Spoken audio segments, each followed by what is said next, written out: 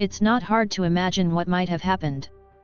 And just as we saw in the Santa Rosa cases, given the random and anonymous nature of crimes involving hitchhikers, it can be incredibly difficult to find a suspect. But only 12 days after the bodies of Kimberly and Paige were discovered, police arrested 26-year-old American River College student Kenneth Lane at his home in Citrus Heights. In an interview the following day, the Chief Deputy District Attorney of Auburn attributed Lane's arrest to a lot of really precise investigation and a lot of lucky breaks. The circumstances were certainly unusual. Sacramento resident, Maxine Da Costa, was the witness who claimed to have seen Kimberly and Paige at Madison Avenue and I-80. Maxine told police she watched them getting into a white truck driven by a bearded man and, thinking the girls might be in trouble, she followed the truck for a time in an attempt to remember relevant details. However, when she was initially interviewed by police, Da Costa couldn't recall the license number. It was allegedly only after she underwent hypnosis that she was able to list 5 out of 6 numbers on the license plate, and it was this detail that led police to identify white truck owner Lane as a suspect. Later testimony by Da Costa revealed she had included the beard detail after Lane's picture appeared in the paper. On October 14, police went to Lane's residence on Paco Court in Citrus Heights, where he let them inside.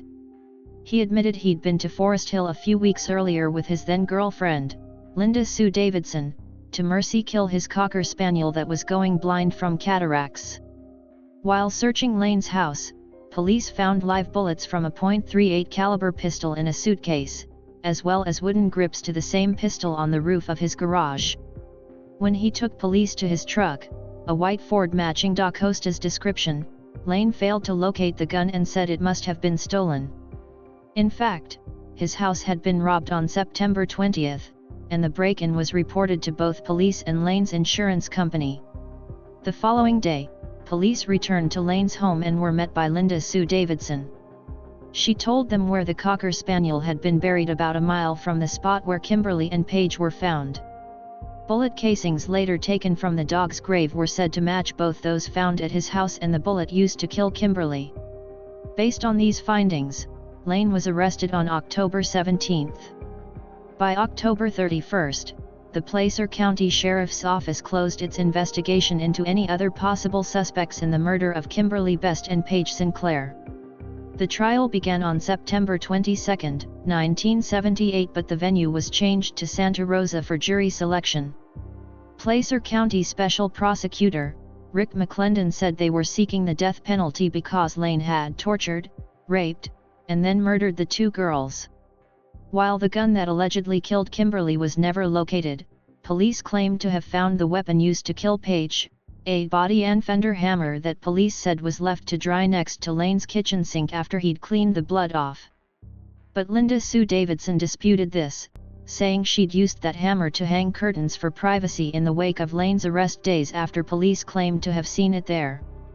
Further, Davidson testified that on October 4, the morning of the murders, she'd given Lane a ride to class in his truck, dropped him off at American River College at 7:45 a.m., then drove the truck back to their house and took a nap. She later stated it was possible their neighbor, Richard Ibarra, borrowed the truck without asking, which he had done in the past. Ibarra was arrested for shooting a man during an armed robbery in May 1978, but denied any involvement in the girls' deaths. The judge at Lane's trial ruled Ibarra's testimony contradictory and barred it from evidence. Attendance records showed Lane was in class that morning, but prosecutors argued he could have left early. An instructor for a later class at noon said Lane didn't sign in, but Lane's attorney, William Lipschultz, said the attendance records showed the instructor was prone to errors. By Davidson's account, she then picked Lane up at 1 p.m. A service station employee, Jean Farrow, said she saw Kimberly and Paige at the intersection of Lincoln Way and Forest Hill Road sometime between 1 and 2 p.m. 2 other witnesses, a Mr. and Mrs. Richard Allen, also claimed they saw the girls at the same intersection. A 4th witness, Roger Stockman, testified to seeing Kimberly and Paige there as well. More on his claims later. Both receipts and eyewitness testimony confirmed that Lane drove to a hardware store in Sacramento to pick up sand between 3 and 4 p.m., almost exactly the time frame when medical examiners estimated Kimberly and Paige were murdered in Forest Hill. Lane's defense attorney, William Lipschultz, argued that Kimberly and Paige were hitchhiking from Oregon when they were picked up by a person driving Lane's truck. He went on to hypothesize that while the girls were in the truck, one of them stole Lane's gun before the truck driver dropped them off, and then they were picked up by one or more people they knew. The stolen gun, he said, was later used to kill Kimberly. Lipschultz did not elaborate on this theory to reporters, but used a visit to the murder site to demonstrate his belief that the girls were killed by more than one person and that investigators had failed to properly examine the evidence found there. While on the stand, Placer County Sheriff's Inspector Johnny Smith admitting neglecting to collect or consider numerous items found at the crime scene, including Paige's suitcase and coat, soft drink and beer cans, a shotgun shell, a notebook, cigarette papers, and a Marlboro soft pack right by the blood on the road. Smith further admitted he never asked Lane if he smoked. Lane, who underwent surgery for colon cancer in 1974 and regularly traveled to Tijuana for quack cancer treatments, did not smoke. On November 13, 1978, the judge declared a mistrial when the jury announced they were deadlocked. Ultimately, Kenneth Lane would be tried 3 times, and each time resulted in a hung jury, 7-5, 6-6, and 7-5. The final trial ended on July 2, 1979. A month later, on August 6, the Placer County District Attorney announced they were dropping murder charges and wouldn't pursue a 4th trial. Lane told newspapers that after everything that had happened he planned to relax. "The worst is knowing I didn't do anything. I had to sit there and hear people talk about me and see the way they would look at me."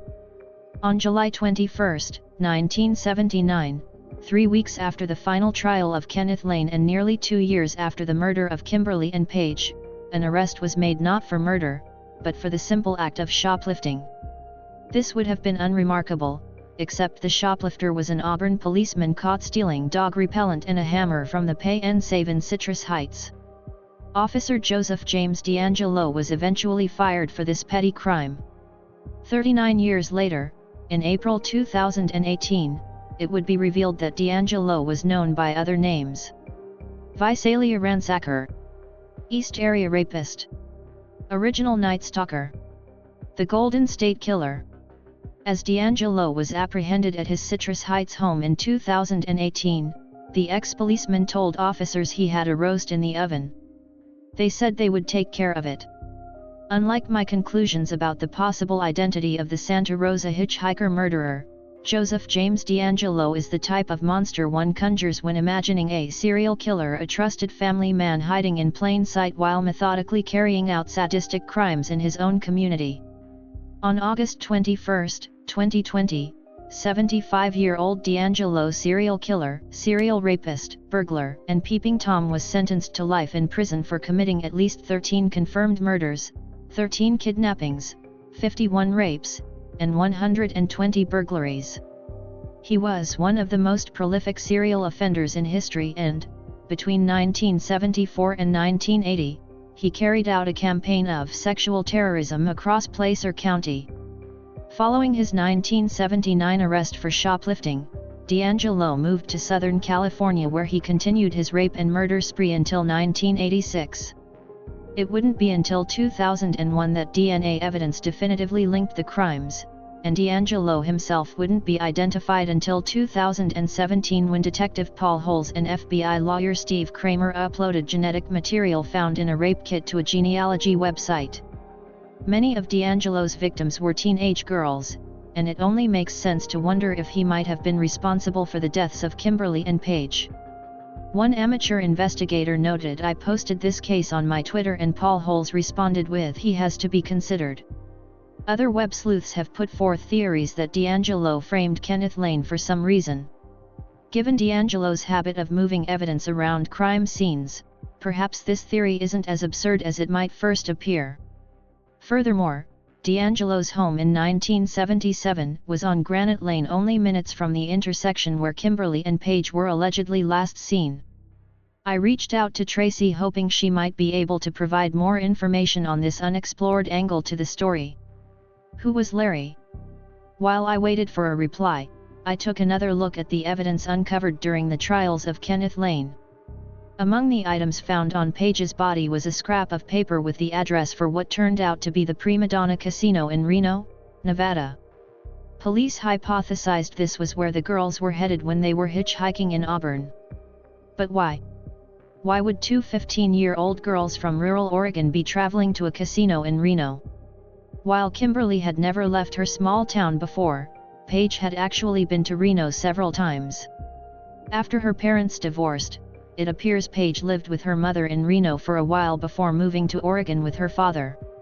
Dissatisfied with small-town life, Paige ran away earlier in 1977 and had been living all summer at the Garni Motel in Kings Beach on the shore of Lake Tahoe.